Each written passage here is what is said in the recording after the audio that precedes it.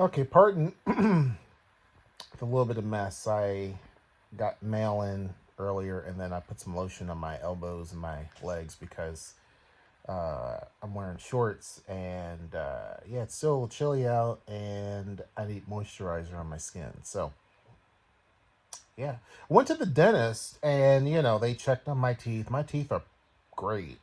I've always been kind of blessed with good teeth. I didn't take video of me going to the dentist or sitting there in the chair or any of that. This hygienist was pretty rough, man. She was she was rough. But no, my teeth are doing great. I had my one tooth removed back here because they messed up. And then she said this one's chipped over here. We don't want to have to put a crown. I'm like, you're not gonna touch my tooth. Because last time I think I knew when they were doing it. I'm like, I think they've messed up because when they did it, because they like to drill, drill, drill, and keep drilling and drilling, and so I think they drilled too much. And then when they had to put a crown on it, that didn't work. So then they had to do a root canal on it and a crown on top. That didn't work. And so then I'm like, pull it. I'm not having you do anything else. Pull it. To me, I think dentist office are kind of a ripoff. I think they are out for money, obviously. And so sometimes I think they may do stuff that they really shouldn't, in my opinion. But yeah, I'm like, nope, nope. I'm someone that has pretty good teeth ever since I was a kid. I've been blessed with good teeth. And, I've had issues just recently. Well, in the last, 5 years? 47 years old. Now I get it. Things fail as you get older, but like, I don't know. But anyway, it's not what this video is about. It's actually about this whole Tesla scare that people talk about, which I'm going to jump in one more time and kind of talk about it. Okay, so I moved to my little spot that I normally do this in. I should have brought my water over, but anyway, it doesn't matter. So I had someone ask me about, oh, are you going to sell the Tesla? Are you going to sell the Tesla? And I'm like, no, I'm not going to sell my car. My thing is that, and I posted this on a board.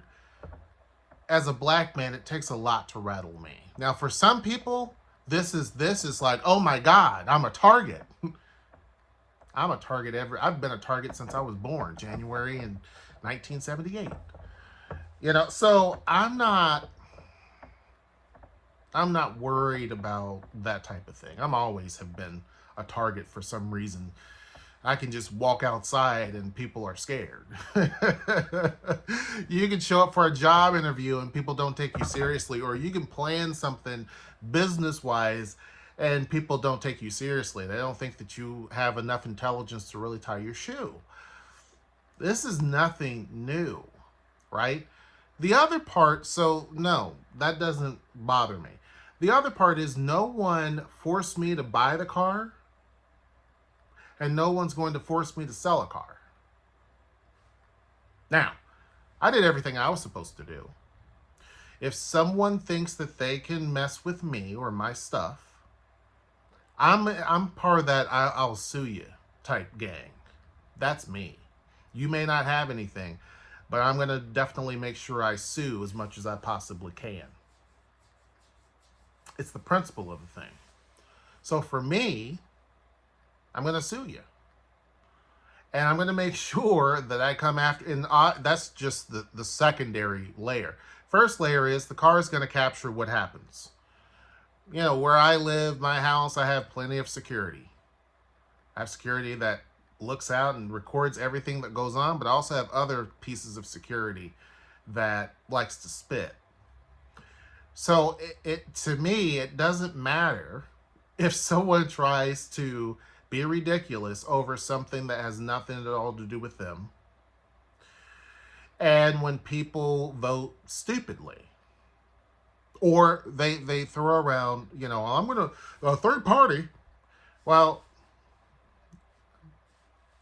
now is not the time to play Monday morning quarterback and target people who have a Tesla, because there's a lot of other cars out there too, Volkswagen, BMW, and others, that are problematic too. They have a problematic history. And I said in a Facebook post with other Tesla owners, I said, no one forced me to buy the car. No one's going to force me to sell the car. And if I sold or got upset with every bigoted product that existed, I wouldn't have hardly anything. I mean, come on, people.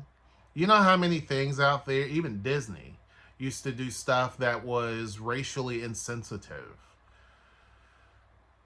I mean, come on. This is, I think what is rattling people's cage the most is you're feeling exactly what some people of color experience.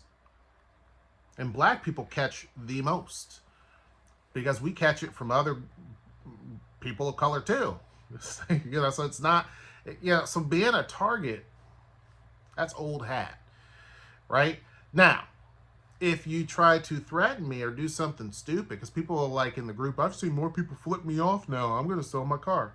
That's dumb. I have had people stare at me when I walk through a store for no reason. So again, it shows where some people have privilege of where they've never experienced any sort of adversity. And this shines pretty brightly that you've never had to experience. You just are blessed to be able to walk out the door and people take your ass seriously no matter what. Nobody suspects you of being a criminal. Nobody suspects you of being problematic. Nobody suspects you of doing something you're not supposed to do. And whether I'm dressed like this, dressed in some baggy wear showing my ass, or dressed in a suit, 99.9% of the time, every single time, there will be someone somewhere that will either look at me in a way that's probably not, that they wouldn't do to white people. And this is not just, I've even had Asians step off the sidewalk, not here in Tacoma, but up in Seattle, step off the entire sidewalk and walk all the way. And I'm like, and these are people who were students at a university. You're an immigrant. Not even an immigrant. You're just here visiting. But yet, as a black person, you face it no matter where it comes. Black men face it from even in our own community. So being a target is not something that is earth-shattering to me, right? Higher prices or things that are advantageous is not a shock to some. I remember when I was even trying to get this house, and Noelle and I, you give your credit, you do all the stuff, and the loan officer was a white dude. He tried his best to basically deny the loan. And I'm like, deny? Why? What? Didn't make any sense. Like, huh? And the realtor's like, I got somebody, don't worry. So the realtor basically had in the same bank, knew of another banker who was of Indian descent. He said, yeah, no problem. Let me take a look. Let me see what the problem is. So he looked in there, left notes. Because she said, I'm going to make sure that he leaves notes. Left notes that says, oh, if you do this and do that and do this, then not a problem. And before that guy, not the Indian guy, the white guy was like, do you trust me? And I said, not really.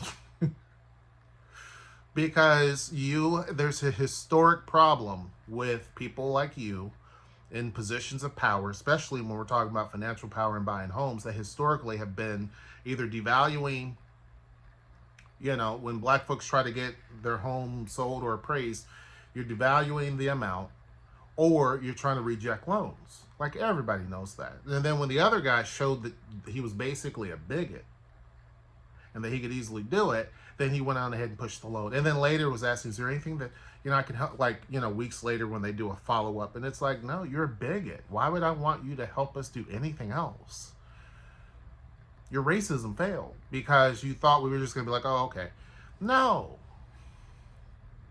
We knew how much money we had in the bank. We knew the financial strength. So to sit here and try to pretend, like, find ways to deny a loan, and this was just like 8 years ago, folks, it shows you when people say there's no racism in America, it's like, not for you, it's not. You're right. But you're not qualified to make that statement about other people who you've never lived a day, less, not even a minute. It's like saying to women that, well, your health issues, your whatever, doesn't matter. Like, those cramps, stop complaining. Like, who the hell are you?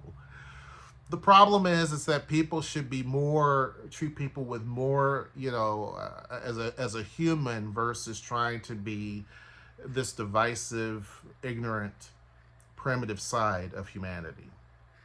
Because on the very basic element, we're cave people. On the basic element, we're cave people. Neanderthals, even, for some. That's where you don't think. It's all about yourself. Let me get as much resources as I can to make sure I survive. You club women over the head, and I want her, club her over the head and drag her on to where you... That's the basic primitive element of being human. But when you look at how long human beings have been on this earth, and over time, you would think that people would be able to not look at skin color as if it's this blemish or this negative or that it's this problematic issue. I think that sometimes you have to have good and evil. You have to. Because only when you have good and evil do people, and they have to experience both. When you have good and evil, people can then, once they experience evil or bad times, they can look back and say, yep, we know what the alternative is. This has nothing at all really to do with politics. This just happens to do with people. And if people would really think about things on a more granular level versus just thinking about skin tone and race and who's in between whose legs in terms of skin color, if we would treat people like humans, we would be so much more farther along and advanced as a world, as a society. But we don't. And so what you're seeing is because there have been plenty of people, especially those that are kind of marginalized, have been screaming for a while, please pay attention, please pay attention. And after begging for empathy and auditioning for sympathy, we're still told, nope. So my answer is, not only am I not going to sell my car, because I don't respect anything that Musk is saying. I don't. I think that some of the things that's being created over there and the technology and all that stuff, and I love the way the car looks, all that's true. As far as him as a person, again, there's many products that I can point to that people buy every day, and companies that people buy stuff from every day that was probably even more problematic because they were actively involved in doing stuff. So now, not only is it no, I'm not selling my car, it's hell no, I'm not selling my car.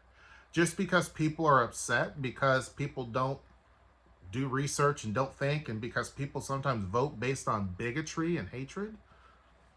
No. And then you have people still diving deep into politics, which politics is designed for people to be divisive anyway. But again, nobody listens.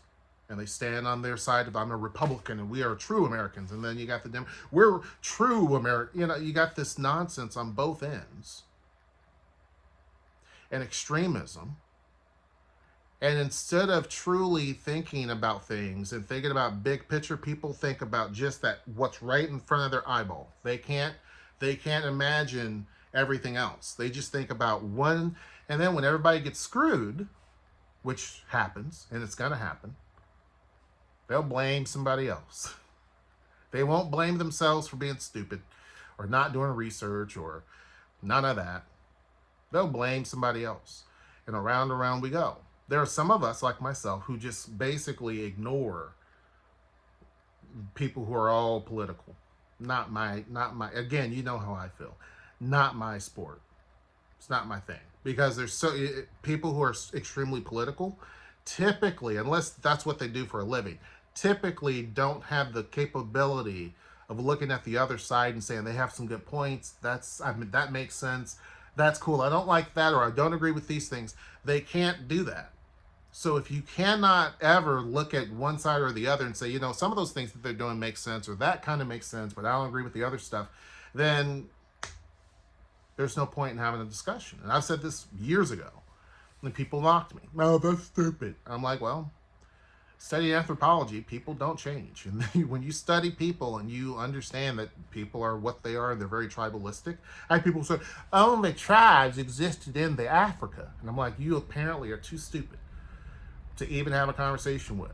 Tribalism doesn't mean actual tribes. It means that you, like, native or anything like that. It means that people kind of coalesce around a particular thought or view or what have you.